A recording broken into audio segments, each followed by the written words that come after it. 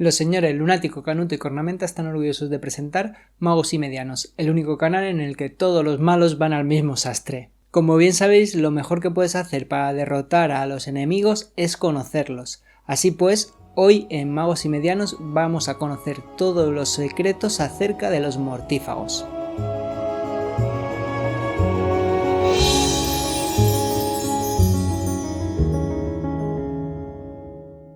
Los mortífagos, en resumidas cuentas, son el círculo de confianza de los seguidores de Lord Voldemort. Para conocer los orígenes de esta organización tenemos que viajar a los años 30 y 40 del siglo pasado, cuando un joven, Tom Riddle, cursaba sus estudios en Hogwarts. Durante estos años, el joven Riddle se fue convirtiendo en uno de los alumnos más brillantes de toda su generación y se fue rodeando de un grupo de amigos bastante variopinto. Según Dumbledore, se trataba de una mezcla de gente débil que necesitaba a alguien que les protegiese, gente muy ambiciosa que buscaban un pedacito de gloria y matones que orbitaban alrededor de un líder poderoso. Cuando Harry está visitando los recuerdos de Horace Slughorn, se da cuenta de que todos los alumnos que le rodean le miran en busca de aprobación. Él claramente es el líder de ese grupo. ¿Es cierto que la profesora Meredith se retira? Mira, Tom, no podría decírtelo aunque lo supiera. Por cierto, gracias por la viña, has acertado, es mi favorita. Entre estos alumnos podemos encontrar miembros de las familias más poderosas de la sangre pura en el mundo mágico. En estos recuerdos en concreto se mencionan a Avery, a los Lestrange y seguramente también fueran contemporáneos Rosier, Nott y Mulciber. Cuando Riddle se graduó, algunos de estos miembros de esta banda de alumnos se convirtieron en los primeros mortífagos. Teniendo en cuenta que todas estas familias eran supremacistas sangre pura, debemos suponer que conocían la ascendencia de Tom Riddle, porque si no, me resulta complicado que por muy poderoso que fuese, siguieran a un sangre sucia así como así. Rowling estuvo a punto de denominar a los mortífagos como caballeros de Walpurgis, e incluso podemos llegar a pensar que en algún punto de su historia se les llamaba de esa forma. La noche de Walpurgis es una festividad pagana que se celebra el 30 de abril y es algo así como la contraposición al Día de Todos los Santos, siendo esta la noche de las brujas y los demonios. Cuando Voldemort abandonó Hogwarts, realmente no sabemos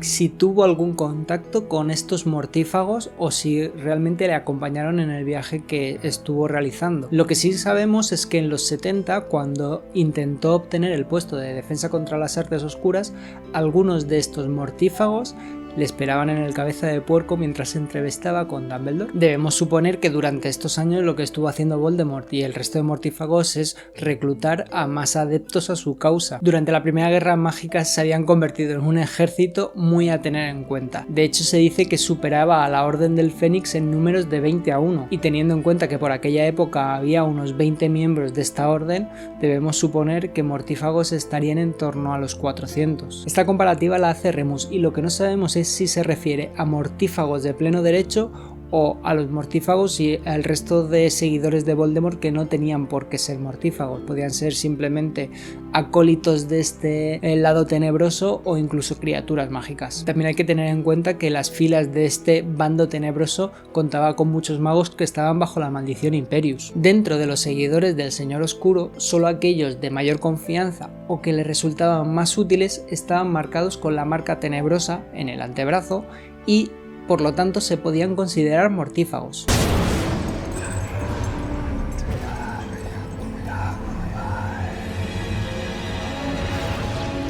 Esta marca tenebrosa, que como todos sabéis tiene la forma de una calavera cuya lengua es una serpiente, cuando Voldemort toca esta marca tenebrosa, todos los miembros de la orden tienen que acudir de inmediato. También ocurre de forma inversa, pero hay que tener mucho cuidado porque si llamas a Voldemort y no es por un buen motivo, las consecuencias pueden ser bastante graves. Cuando los mortífagos cometían cualquier tipo de crimen, también proyectaban en el cielo esta marca tenebrosa.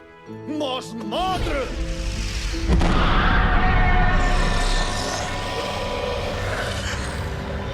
Por lo tanto, se convirtió en un símbolo de terror, ya que si llegabas a casa y te encontrabas con esa marca en el cielo, sabías que algo malo había pasado. Realmente no sabemos demasiado del primer alzamiento de Voldemort, solo tenemos ciertas pinceladas, ciertos detallitos. Sabemos que Lucius Malfoy se convirtió en una de las manos derechas de Voldemort, confiándole incluso su diario. Algunos de estos mortífagos trabajaban como espías, es el caso de Augustus Rockwood, que trabajaba en el Departamento de Misterios del Ministerio de Magia. Durante esta época murieron varios miembros de la Orden del Fénix, como los hermanos Fabian y Gideon Prewett o los McKinnon, asesinados por Antonin Dolohov y Travers respectivamente. Como decíamos antes, las filas del ejército de Voldemort se enriquecían muchas veces de gente bajo la maldición Imperius, y Mulciber Jr., hijo de uno de los mortífagos primordiales de Voldemort, se convirtió en un experto en esta maldición. Durante estos años del alzamiento, muchos de los alumnos de Slytherin en Hogwarts estaban a favor de estas doctrinas supremacistas, y en cuanto se graduaban, entraban a formar parte de las filas de los mortífagos. Es el caso de Severus Snape y Regulus Black. Snape poco a poco fue ganando peso en las filas de Voldemort, siempre avalado por Lucius Malfoy. Además, fue él el que escuchó parte de la profecía que hablaba de la caída del Señor Tenebroso. Pero como todos sabéis, cuando descubrió que la profecía podía tratar sobre Lily Potter, o en concreto sobre el hijo de Lily Potter, decidió cambiar de bando y convertirse en un espía para la Orden del Fénix. Curiosamente, Regulus Black también llegó a traicionar a Voldemort, descubrió el secreto de los Horrocruxes y consiguió, con la ayuda de Kreacher, robar el guardapelo de Slytherin, aunque pagó con su propia vida, eso hay que decirlo. Pero no solo hubo traiciones en el bando de los mortífagos, en el bando de la Orden del Fénix también, y hubo una en concreto que cambió el devenir del mundo mágico: la traición de Peter Pettigrew.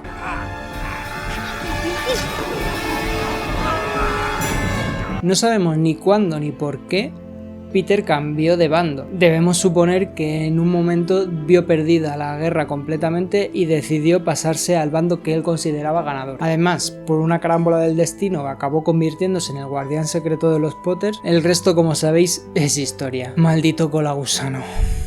Tras la caída de Voldemort, muchos mortífagos consiguieron eludir el entrar en Azkaban, alegando que o habían sido engañados o estaban bajo la maldición Imperius. Curiosamente hay que decir que la mayoría de ellos tenían un estatus de sangre bastante importante y eran gente muy poderosa. Ese fue el caso de Lucius Malfoy, Snape, Goyle, Nott y algunos más. Igor Karkaroff, por su parte, fue capturado por Alastor Moody y para librarse de Azkaban lo que hizo fue vender a los compañeros mortífagos que conocía. Y es que en este punto creo que hay que decir que todos los mortífagos iban siempre encapuchados y con máscara, era su atuendo oficial. Por lo tanto, deberíamos suponer que solo el círculo más cercano, el círculo más selecto, conocían sus identidades entre sí. Es posible que para otros mortífagos de menor rango permanecieran completamente en el anonimato. Karkaroff consiguió vender a Augustus Rockwood y por lo menos sabemos que salió pronto de Azkaban. ¿Augustus Rockwood? ¿Del Departamento de Misterios? Sí, él mismo. Filtró información a quien ustedes saben desde dentro del ministerio. En la película, Karkaroff también delata a Barty Crouch Jr. Esto en los libros no ocurre de la misma forma. En los libros simplemente fue capturado junto a los otros 3 mortífagos más importantes, más fanáticos de Voldemort, como eran Rodulfus, Rabastan y Bellatrix Lestrange. E incluso podríamos concretar mucho más y hablar de Bellatrix Lestrange, que es el mortífago por antonomasia.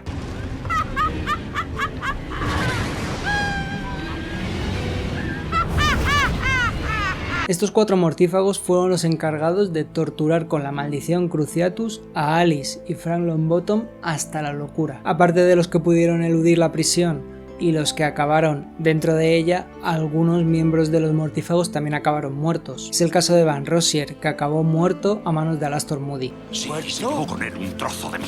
Esto es bastante significativo, ya que Alastor Moody siempre intentaba capturar en lugar de matar. Durante el lapso de tiempo entre los 2 alzamientos de Voldemort, la mayoría de miembros de este selecto grupo que consiguieron escapar de la justicia mantuvieron un perfil bastante bajo. Algunos de los más sanguinarios, como Walden McNair, acabó siendo ejecutor de criaturas mágicas en el Ministerio de Magia. Un disfraz poco sutil. Otros siguieron ganando poder de una forma mucho más política. Es el caso de Lucius Malfoy, aunque eso sí, nunca dejó de lado las artes oscuras. Durante estos años, Voldemort acabó poseyendo a Quirrell, y aunque se convirtió lógicamente en su seguidor, no tengo muy claro si lo podíamos considerar un mortífago como tal. Si consideramos a Quirrell mortífago, sería uno de los pocos no Slytherin que conocemos, ya que perteneció a Ravenclaw durante su etapa escolar. Otros mortífagos que no fueron a Slytherin fue, por supuesto, Peter Pettigrew, que fue un Gryffindor, e Igor Karkaroff, que como estudió en Durmstrang realmente no perteneció a ninguna de las 4 casas de Hogwarts, aunque claramente tiene alguno de los ideales más negativos de Slytherin. Y hablando de nuestro queridísimo Peter, se convirtió en uno de los mortífagos puntales a la hora de resucitar a Voldemort, como todos sabemos. Fue quien encontró los restos del alma de Voldemort en Albania, quien secuestró a Berta Jorkins para conocer todo lo que tenía que ver con el torneo de los Tres Magos, y que había otro mortífago libre, Barty Crouch Jr., que podría serles de mucha ayuda. Es muy curioso porque Barty Crouch Jr. se convierte en uno de los mortífagos más leales de Voldemort y además odia profundamente a todos aquellos mortífagos que consiguieron escapar de la justicia porque creen que renegaron de su señor. De hecho, queda muy decepcionado cuando descubre que Voldemort no les ha castigado de una forma más contundente tras su regreso. Cuando Voldemort regresa en el cementerio, Harry llega a contar más o menos unos 30 mortífagos. A la mayoría que mencionan son de los que más conocemos: Lucius Malfoy, Snape, Goyle, Nott...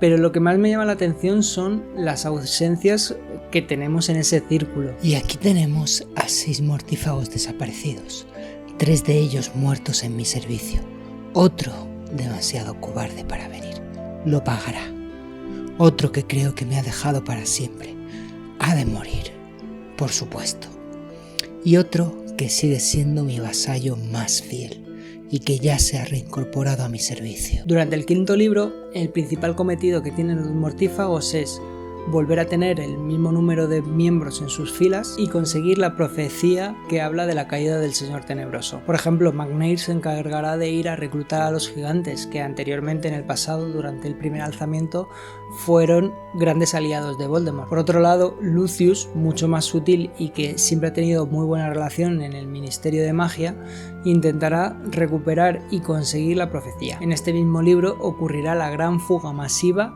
de Azkaban. Hemos confirmado que 10 presos de alta seguridad escaparon ayer a primera hora de la noche. Entre los mortífagos liberados estarán Antonín Dolohov, Augustus Rookwood, que al haber sido un inefable aporta información clave para la consecución de la profecía, y por supuesto los Lestrange. Bebito. Potter. Bellatrix Lestrange. Neville Longbottom, ¿verdad? ¿Qué tal, papá y mamá? Posteriormente podremos ver el primer enfrentamiento entre los mortífagos y la Orden del Fénix.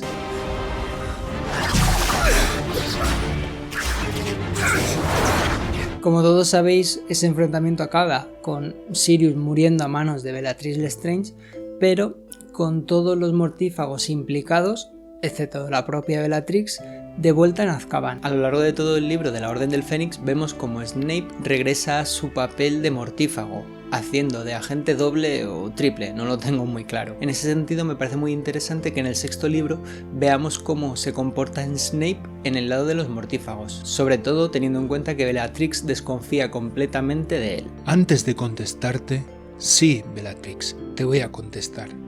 Te diré que puedes transmitirles mis palabras a los que susurran a mis espaldas y cuentan historias de mi supuesta traición al Señor Tenebroso. Pero también, antes de contestarte, respóndeme tú a una cosa. ¿De verdad crees que el Señor Tenebroso no me ha hecho ya todas esas preguntas?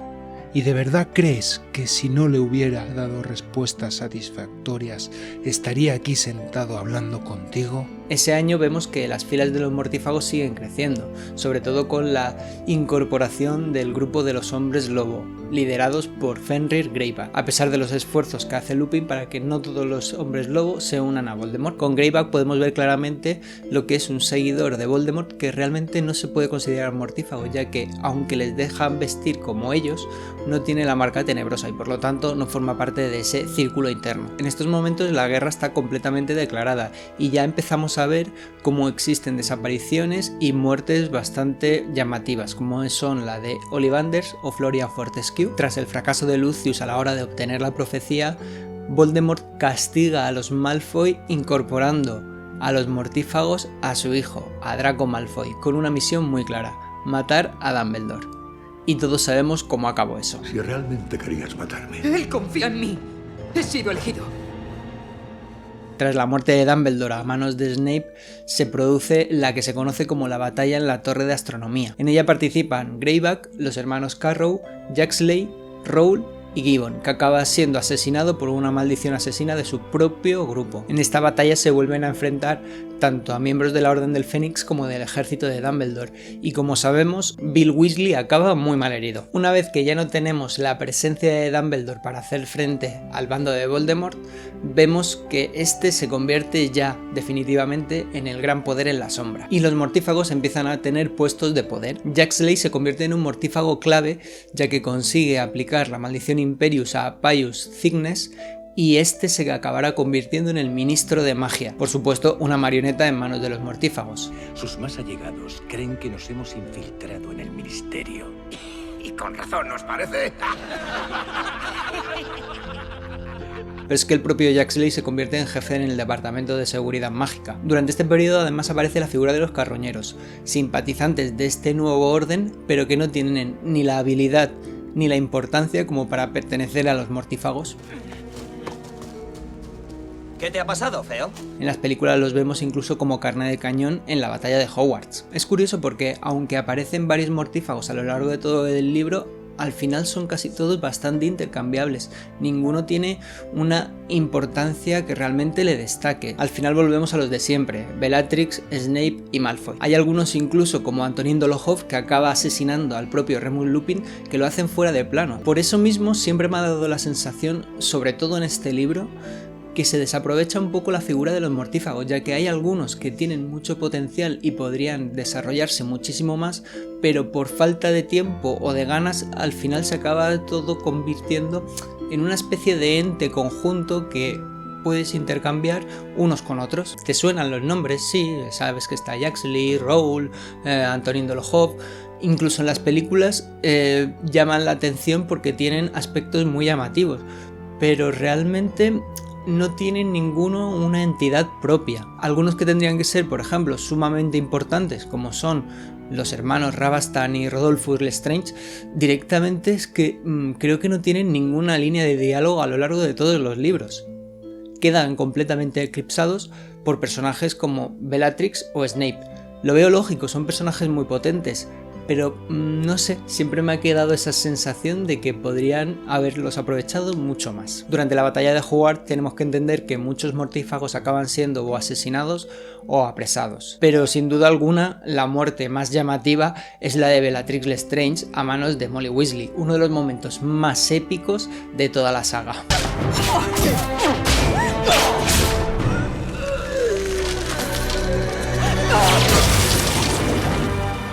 Y la muerte de Snape, por supuesto, pero creo que Snape ya está mucho más allá de ser un simple mortífago. En las películas los mortífagos tienen varias características que son muy llamativas. Tal y como comentábamos el otro día en el vídeo de transportes mágicos, en las películas los mortífagos son capaces de volar transformándose en una especie de humo negro. Esto, como ya dije el otro día, no me acaba de convencer, ya que aunque puede ser un recurso muy vistoso, al final me da la sensación de que es simplemente por simplificar y ver que esos ataques ocurren y poco más. No sé, me hace falta un poquito más de magia. Eso sí, la estética que se encuentra en Harry Potter y la Orden del Fénix de los mortífagos, con esas túnicas negras súper elaboradas y las máscaras que me parecen una pasada, creo que encajan perfectamente con lo que Rowling imaginaba a la hora de crear estos personajes. Antes de esta imagen canónica del mortífago, es verdad que tenemos una previa en el Cáliz de Fuego. Creo que en ese momento funciona muy bien con esas capuchas puntiagudas y las máscaras hechas a partir de calaveras, pero no hubiesen funcionado a la larga, y creo que poco más puedo añadir. Me parece que la mitología de todos estos personajes, de esta organización, está muy bien reflejada en las películas y en los libros, pero al final me da la sensación de que falta desarrollo de más personajes. También es algo lógico, ya que todos los libros los vemos a partir del punto de vista de Harry, por lo tanto tienen poco espacio para desarrollarse, pero al final acabamos siempre buscando los mismos mortífagos. Tenemos a Bellatrix Lestrange, que parece que hace todos los males de esta organización, y no sé, creo que Rowling ha demostrado que tiene suficiente mano para desarrollar personajes con muy poquito, como pasa con los miembros de la Orden del Fénix, creo que también se podría haber hecho con los mortífagos y al final se queda un poco a medias. Nos acordamos de ellos por los nombres que son bastante llamativos o por las estéticas de las películas, pero poquito más. Así que nada, con esto me despido y como siempre digo, suscribíos, dadle a la campanita y seguidnos por redes sociales que siempre ponemos cosas interesantes. Travesura realizada.